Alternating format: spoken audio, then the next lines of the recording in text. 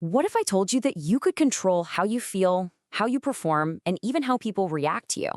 Not with more willpower, not with more hustle, but with a simple daily operating system for yourself. Well, in this explainer, we're breaking down exactly that, a practical system for managing your internal state so you can consciously start influencing your external world. Here's how we're going to do it. First, we'll dive into the two core principles that pretty much control everything. Then we'll get into the hard science behind your internal state. From there, we'll actually build a daily command system for your mind, and you'll learn how you can influence others without even saying a word. And finally, we'll tie it all together with a single powerful 10-minute drill you can start using today. All right, let's get right into it.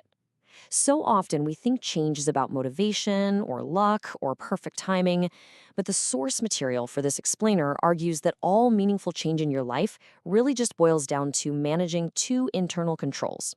Just two. And here they are: attention and imagination.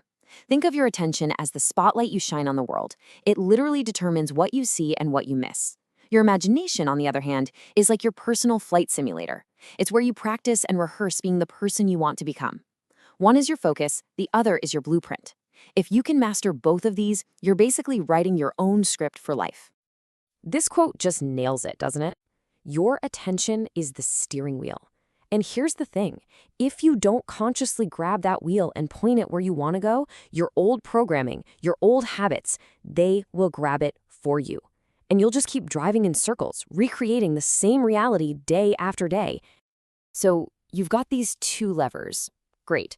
But how does that actually translate into real-world impact? Well, this is where we get into the science of your internal state and how your own biology directly affects not just you, but everyone you come into contact with. Just look at this breakdown. It's a direct cause and effect. When your internal state is coherent, calm, regulated, you get that laser focus. But what's really wild is what happens to other people. Their mirror neurons, the empathy part of their brain, actually pick up on your calm and they start to calm down too. And the opposite is totally true. When you're in a scattered, stressed out state, you trigger the threat detection center in their brains and they'll physically tense up without even knowing why. And this isn't just a nice idea. This is backed by hard data. Research shows that people with high heart rate variability, which is a key marker for a resilient nervous system, they recover from crises a whopping 37% faster. Their biology is literally designed to bounce back. And this effect just ripples outward. Studies have found that teams led by people with this same coherent biology have 44% less cortisol, that's the main stress hormone, during high-pressure projects. Think about that for a second. Your internal state literally becomes the environment your team has to work in. So what is this master metric, HRV? It's heart rate variability. Now, it's not your heart rate, it's the tiny millisecond variations in time between each heartbeat. A great way to think about it is like a car's suspension. A car with good, flexible suspension, that's high HRV, can handle a bumpy road with no problem. But a car with stiff, rigid suspension, low HRV, gets rattled by every single bump. That's the difference between a resilient system and a stressed out one. I absolutely love this way of framing it. Your biological coherence isn't just a passive state, it's an active resource. It's a form of currency. You can build it, you can spend it in tough situations, and you can invest it to influence outcomes. It's something you can actively manage. Okay, so if it's a currency, how do you manage it day to day? Well, you build a command system, a set of simple, non-negotiable rituals that basically put your coherence, your presence, on autopilot. This is called the 5-Anchor Framework, and it's designed to lock in your coherence at key moments.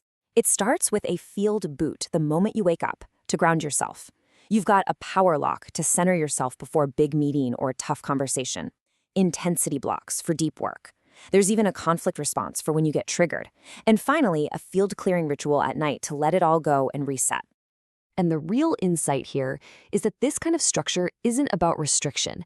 It's the total opposite. It's the source of your freedom. These rituals are what give you the power to stay steady and effective no matter what kind of chaos the day throws at you. So once you've established this internal stability for yourself, you can start to use it proactively. This section is all about how you can leverage your own coherent state to positively influence your environment and, the people in it. This is such a radical way to think about influence. It's saying that charisma isn't something you perform or fake, It's something you transmit. It's the natural result of a calm, coherent nervous system broadcasting a signal of safety and presence to everyone around you. So here's a really practical technique for this called the hands-off transfer method. It's basically a protocol for silently calming someone else's nervous system with your own. You just get near them, use your breath to get into your own coherent state, and hold a steady presence. The key here is you are not trying to fix them. You're not giving advice. You are simply being the calm in the room, and their nervous system will naturally start to sync up with yours. Okay, I know what you're probably thinking right now. This is a lot. This is great, but where do I even begin? And that is the perfect question.